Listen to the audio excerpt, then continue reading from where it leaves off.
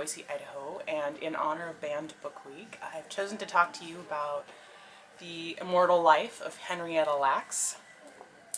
In 1951, scientists at Johns Hopkins Hospital discovered a set of cells that were considered immortal cells. They didn't die after a couple of cell divisions. They've been kept alive now for the last 65 years, and they've allowed many diseases to be researched, treated, helped with the polio vaccine, AIDS research, so on and so forth.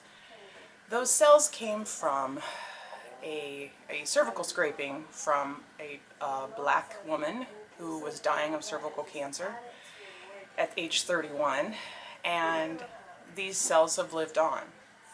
This year, a Tennessee mom whose 15-year-old son, was asked to read Henrietta Lacks for his class summer reading project, read it ahead of time, and decided that it was pornographic. She didn't think there should be words like vagina and uterus and sexually transmitted disease in a book that her 15-year-old was reading.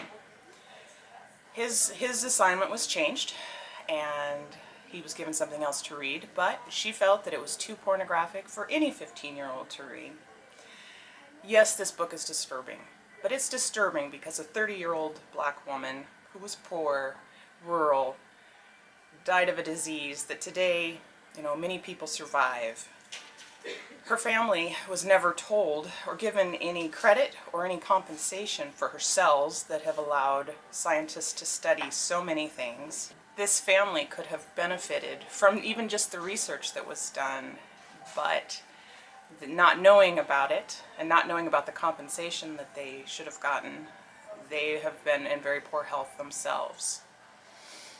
I think the worst thing of all, though, the most disturbing thing of all, was the family's understanding of medicine was so lacking that they felt that their mother was a zombie who was just being experimented upon over and over again, and it drove the family crazy.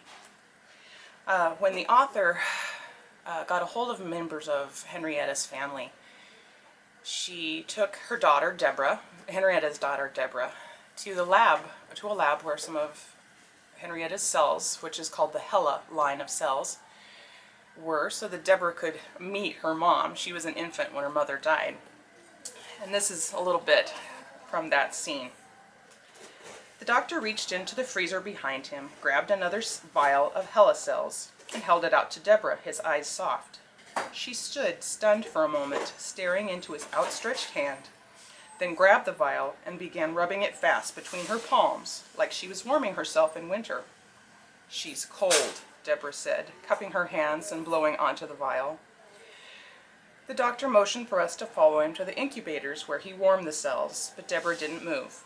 As Zachariah and the doctor walked away, she raised the vial and touched it to her lips. "You're famous," she whispered, "just nobody knows it."